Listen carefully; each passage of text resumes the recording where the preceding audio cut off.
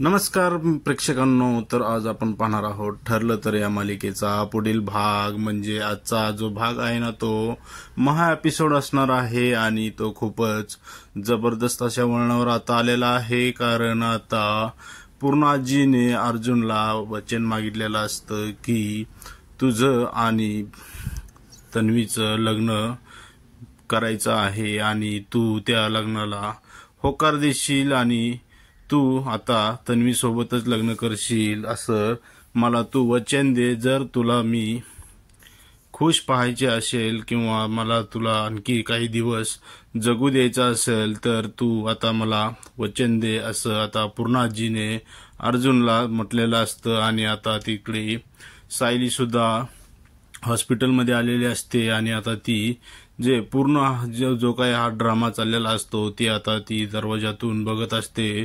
परंतु इकडे सायलीकडे कुणाचंच लक्ष नसतं आणि आता अर्जुन खूप मोठ्या पेचामध्ये सापडलेला असतो की आता इकडे त्याचं सायलीवरती खूप प्रेम असतं आणि आता सायली तर तिची हक्काची बायकोच असते आणि तरीही आता अर्जुनला काही सुचत नसतं. आता अर्जुन खूप मोठ्याने रडायला लागतो आणि पूर्णाजीला म्हणतो की तू असं कसं करू शकतेस पूर्णाजी, हे तर खूप मोठं ब्लॅकमेलिंग आहे आणि आता तुला मी वचन कसं काय देऊ शकतो. तर आता तिकडे प्रतिमा सुद्धा आलेली असते आणि प्रतिमा पूर्णाजीला म्हणते की पूर्ण हे अगं तू हे असं अर्जुन करून जबरदस्ती असं वचन तू नाही घेऊ शकत. आणि आता तिकडे प्रिया म्हणजे तन्वी म्हणते की आता ही इथं कशी आली आणि हिने तर आता काहीतरी गोंधळ घातला तर आता माझं संपलं. कारण आता मला अर्जुनशी लग्न करायला हीच मोठी अडकाठी असणार आहे. आणि आता तन्वी प्रतिमाला खूपच मनातली मनात शिव्या घालत असते की ही पागलबाई इकडे कशी काय आली आहे आणि हिला कुणी कळवलं असेल. तेव्हा तिला चैतन्यावर डाऊट आलेला असतो आणि ती म्हणते की ह्या चैतन्यानेच काहीतरी चुगली केली असणार, तेव्हा ही इकडे न सांगता अचानकपणे आलेली आहे आणि आता माझ्या सगळ्या प्लॅनिंगवरती आता ही पाणी फिरणार आहे. आता तन्वी ही खूपच चिडलेली असते आणि इकडे आता अर्जुन खूप इमोशनल असतो. तर पूर्णाजी ही अर्जुनला म्हणत असते की अर्जुन तुला मला वचन द्यावेच लागेल तेव्हाच मी आता घरी येईल, नाहीतर मी इथेच माझे प्राण सोडीन. असं म्हटल्यानंतर आता अर्जुनलाही काही सुचत नसतं. परंतु इकडे चैतन्याने खूप मोठी खेळी खेळलेली असते आणि चैतन्याने अर्जुनला पूर्ण प्लॅनिंग सांगितलेली असते की तू आता पूर्णाजीला वचन दे की मी तन्वी सोबत लग्न करत आहे म्हणून. परंतु अर्जुन हे काही करायला तयार नसतो आणि अर्जुनला चैतन्याची काय प्लॅनिंग आहे हेही काही माहीत नसतं. आता चैतन्य अर्जुनला सांगतो की हे बघ, तू वचन दिलं म्हणजे तुझं काय तन्वी सोबत लग्न होणार नाही. कारण तुझी बायको तर सायली आहे आणि जोपर्यंत सायलीचा आणि तुझा डिवोर्स होत नाही तोपर्यंत तुला तन्वी सोबत लग्न करता येणार नाही. त्यामुळे आता ह्या कंडिशनमध्ये जेव्हा तुला पूर्णाजी वचन मागत आहे तर तू ते बिंदास देऊन टाक. कारण पुढे असं काही होणारच नाही आणि त्यांना हे करता येणार नाही. कायद्याच्या बाजूने जर पाहिलं तर तुझी बायको आता सायलीच आहे आणि जोपर्यंत सायलीचा आणि तुझा घटस्फोट होत नाही तोपर्यंत तुला आणि तन्वीला हे लग्न करता येणार नाही आणि त्याचा पूर्ण बंदोबस्त मी लावलेला आहे. त्यामुळे तू आता बिंदास होऊन आता पूर्णाजीला वचन दे की तू तन्वी सोबत लग्न करायला तयार आहेस. तेव्हा आता अर्जुनला खूप आनंद होतो आणि अर्जुन त्याला म्हणतो की अरे हो, मी तर हे विसरलोच होतो की सायलीचा आणि माझा घटस्फोट झाल्याशिवाय मला तन्वी सोबत लग्न करता येणार नाही.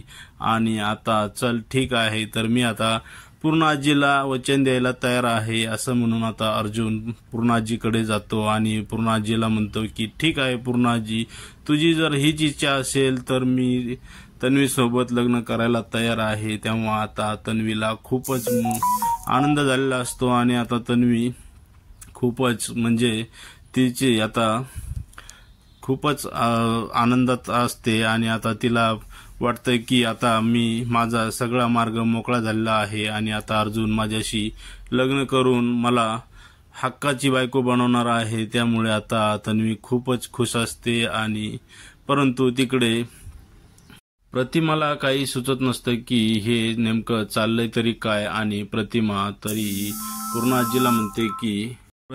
पूर्णाजीला म्हणते की पूर्णाई, हे मला काही पटलेलं नाही की तू एवढ्या जबरदस्तीने अर्जुनकडून वचन घेत आहेस। अरे, अर्जुनची जर इच्छा नसेल तर त्याच्या मनाविरुद्ध त्यांच्या दोघांचा विवाह करून आपल्याला काही साध्य होणार नाही, उलट आपल्या अडचणीत खूप मोठ्या वाढ होऊ शकते। तेव्हा पूर्णाजी तिला म्हणते की अगं, असं काही होणार नाही, मला विश्वास आहे की अर्जुन आणि तन्वी हे दोघं लग्न करून खूप खुश होतील। आता इकडे सायलीला सुद्धा काही समजत नसतं की नेमके इथे चाललं काय आहे आणि आता अर्जुनने तर पूर्णाजीला वचन दिले असतं, त्यामुळे सायली आता खूपच दुःखी झालेली असते आणि आता तिला तिच्या भावनावरती आवर घालणं खूप कठीण होतं। परंतु आता इकडे चैतन्य जो असतो तो सायलीला बाजूला घेतो आणि पूर्ण जे काही त्याचं प्लॅनिंग असतं ते आता सांगायला सुरुवात करतो की सायली वहिनी, तुम्ही कुठलंही टेन्शन घेऊ नका, कारण जरी अर्जुनने पूर्णाजीला वचन दिले असेल तरीही त्या दोघांचा लग्न होणार नाही, कारण तुमच्या दोघांचा घटस्फोट झाल्याशिवाय त्या दोघांना लग्न करता येणार नाही आणि मी त्याचा पूर्ण सगळा बंदोबस्त लावलेला आहे। त्यामुळे तुम्ही काही काळजी करू नका, कारण तुमचा अर्जुन तुमच्यापाशीच राहणार आहे, त्याचं तन्वीशी लग्न होणारच नाही। त्यामुळे आता सायलीला थोडं हायसं वाटलेलं असतं आणि सायली ही चैतन्याला त्याचं काय प्लॅनिंग आहे हे विचारत असते। तर आता इकडे प्रतापराव आणि कल्पना हे पण आता खूप खुश असतात, कारण अर्जुनने पूर्णाजीला वचन दिलेलं आहे की आता तो तन्वी सोबत लग्न करायला तयार आहे। आणि आता ते म्हणतात की आता आपल्याला रविराजला सुद्धा ही बातमी कानावर घातली पाहिजे आणि त्याला सांगितलं पाहिजे की अर्जुन आता तन्वी सोबत लग्न करायला तयार आहे। तर आता इकडे पूर्णाजीला आता डिस्चार्ज होऊन घरी न्यायचं असतं आणि आता पूर्णाजीला डिस्चार्ज झाल्यानंतर आता पूर्णाजीचं खूप जोरात स्वागत हे घरामध्ये कल्पना आणि त्यांनी केलेलं असतं। आता पूर्णाजी बरी म्हणजे व्हायला लागलेली असते, आता तिचा बीपी आता नियंत्रणात आलेला असतो आणि आता पूर्णाजी ठणठणीत होते आणि म्हणते की मला आता लवकरात लवकर अर्जुन आणि तन्वीचा साखरपुडा करायचा आहे। तेव्हा आता रविराज आणि प्रतिमा यांनाही बोलून घ्या आणि आजच आपण त्यांचा साखरपुडा उरकून घेऊ। तेव्हा इकडे आता जो अश्विन असतो तो पूर्णाजीला म्हणतो की अगं पूर्णाजी, काहीतरी तयारी तरी करायला आम्हाला वेळ दे, कारण एवढ्या लवकर यांचा साखरपुडा करायचा म्हणजेच आम्हाला खरेदी वगैरे पण करायला पाहिजे ना, शॉपिंग पण करायला पाहिजे। तेव्हा पूर्णाजी म्हणते की ते तुम्ही नंतर करत बसा, कारण मला आता ह्या दोघांना लवकरात लवकर यांचा साखरपुडा करून यांचे एक चांगला मुहूर्त काढून यांचं लग्न सुद्धा लावून द्यायचं आहे। आणि आता इकडे रविराज आणि प्रतिमा यांना बोलवलं जातं आणि आता त्यांचा पूर्णाजी रविराजला म्हणते की रविराज, आता आपल्याला साखरपुडा करायला हवा। तेव्हा रविराज पूर्णाजीला म्हणतो की पूर्णाई, तुमचं बरोबर आहे, साखरपुडा हा व्हायला पाहिजे, परंतु मला एक वकील म्हणून असं वाटतं की जोपर्यंत अर्जुन आणि सायली यांचा घटस्फोट होत नाही तोपर्यंत आपल्याला हे लग्न लावून देता येणार नाही, कारण इकडे जोपर्यंत त्याची पहिली बायको आहे तोपर्यंत त्याला दुसरं लग्न करता येणार नाही। आणि आता कल्पनाला आणि यांना खूपच शॉक लागलेला असतो, कारण त्यांनी ह्या गोष्टीचा विचारच केलेला नसतो की आणखी ही सायली ही अर्जुनची बायको आहे। आणि आता पूर्णाजी म्हणते की रविराज, तुम्ही एक वकील आहात, मग तुम्ही त्या दोघांच्या घटस्फोटाची तयारी करा आणि त्यांचे सगळे पेपर माझ्याकडे द्या, मी घेते अर्जुन आणि सायलींच्या सह्या। तेव्हा रविराज पूर्णाईला म्हणतात की पूर्णाई तुमचं बरोबर आहे, परंतु मला